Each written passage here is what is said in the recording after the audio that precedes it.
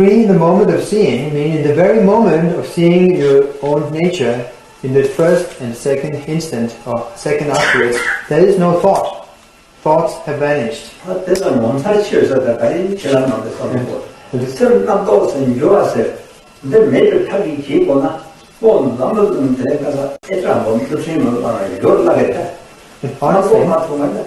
Is there anything more fantastic than being totally free of thought?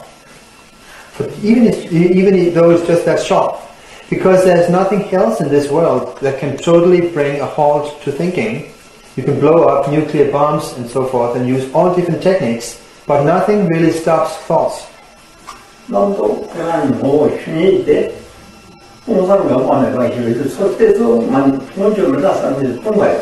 But the very moment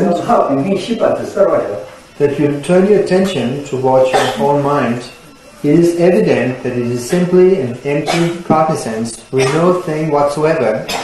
It's empty, and yet there is a seeing of that because mind is also cognizant. And these are a primordial, original unity, being empty and cognizant. But the fault happens that if we don't believe that this is really it because it's too easy. There's nothing more easy than this, just like that. Okay. Don't think of anything, having totally abandoned thinker and what is thought of. In that moment you have already seen that there's no thing to say. It's not something you gradually approach like a spirit entering it. This is what is mentioned by the phrase, in one moment makes a difference. In one moment, complete enlightenment. That moment, like this, is the unmistaken Buddha mind. Don't project outwardly.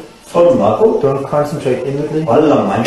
Don't keep a state in between. Totally give up any mental effort. This is what the old Menaki man called it's utterly or sheer emptiness. You don't need to block your five senses. Not at all. Like this, just remaining like this, everything is vividly experienced. But if you start to investigate and label, you are involved in thoughts. This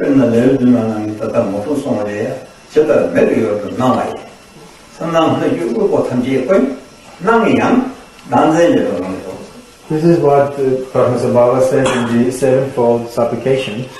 No matter what appears to you in the realm or in the field of your vision before your eyes, the world, the beings, and so forth, even though experienced, just let it be without any fixation.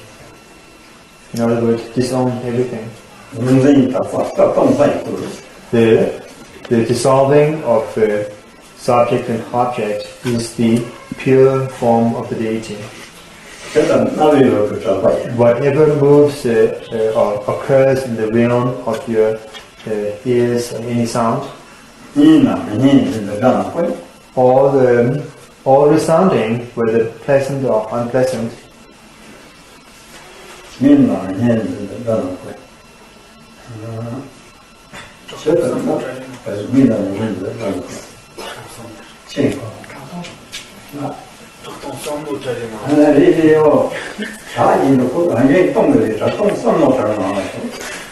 just let be in the continuity of sound being emptiness, because no matter what resounds in your hearing is indivisible from emptiness.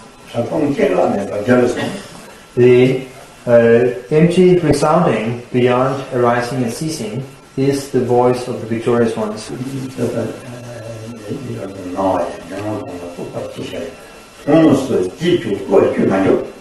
Do not get involved in concepts leading or following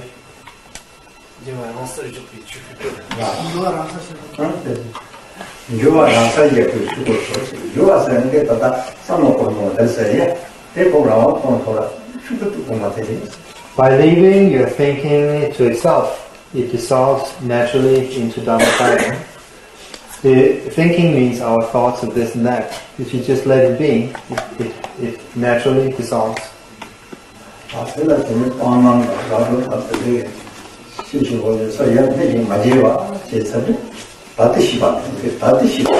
So to your present wakefulness, if you don't do anything to it, accept or reject, hope or fear, then it's enough. That is sufficient.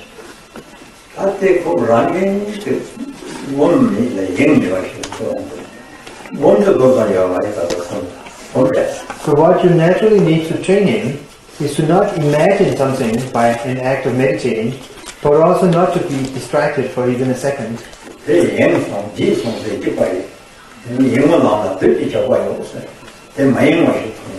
Being distracted is the same as forgetting, and it is said on the path of distraction, the demons lie in ambush.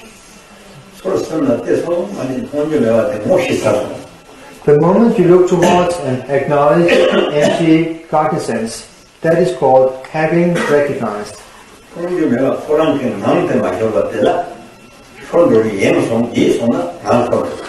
then there is a continuity of empty cognizance, which you don't need to fabricate in any way. Just don't forget it. Once you forget and start to think, then the continuity is lost. The moment you look, the empty cognizance is seen, recognized. And then allow the continuity of this seeing to continue or be sustained, but automatically. Then for an ordinary person, again a thought occurs. Then you remember, oh, I forgot. Then again acknowledge or notice who forgot, and simply recognize again. And again you arrive back in the state of recognizing your natural face. That doesn't mean sitting and straining, trying not to be distracted. It's like ringing the bell once and the sound continues. It doesn't mean ringing the bell continuously. Once the continuity fades, that means we start forgetting. And we get involved in a thought. Then again we notice, oh, I forgot, I got carried away. And then, alright, then look towards. And again you are back in recognizing. And again there's a natural stability in a continuous state of empty cognizance. We need to train in that short moments many times.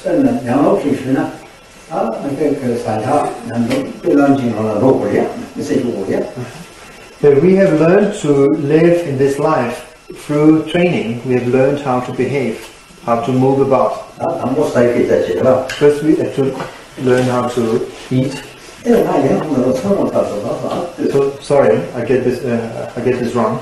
We have to train while involved in the activities of this life. For example, while eating, we taste the food and we start to think about the food and then notice, oh, I got carried away. Again recognize while eating.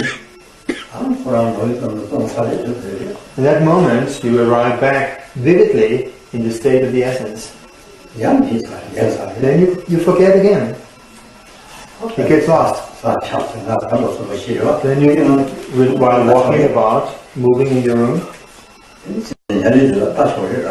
can still recognize the Buddha nature. When you lie down to sleep, if you're diligent, also recognize again.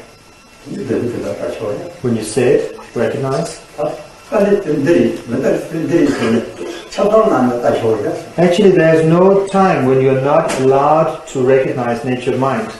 Even when you sit on the loo.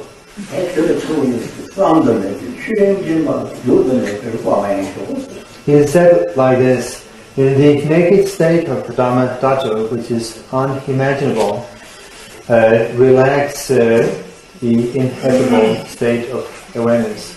If a thought occurs, it arises from yourself and dissolves back into yourself. If any thought that occurs is your own expression, comes out of your own essence. It is only when forgetting the essence that the expression takes the form of a thought. But the moment you recognize your own expression, which arises out of yourself, dissolves back into yourself, meaning into the expanse of the essence. This is what we need to train in, to become used to. There's no other meditation object or act apart from that. As much as dust mode even. But if we forget, get distracted, we are involved in thoughts. So please train in this. That is the practice. This is what Rinpoche taught in the past.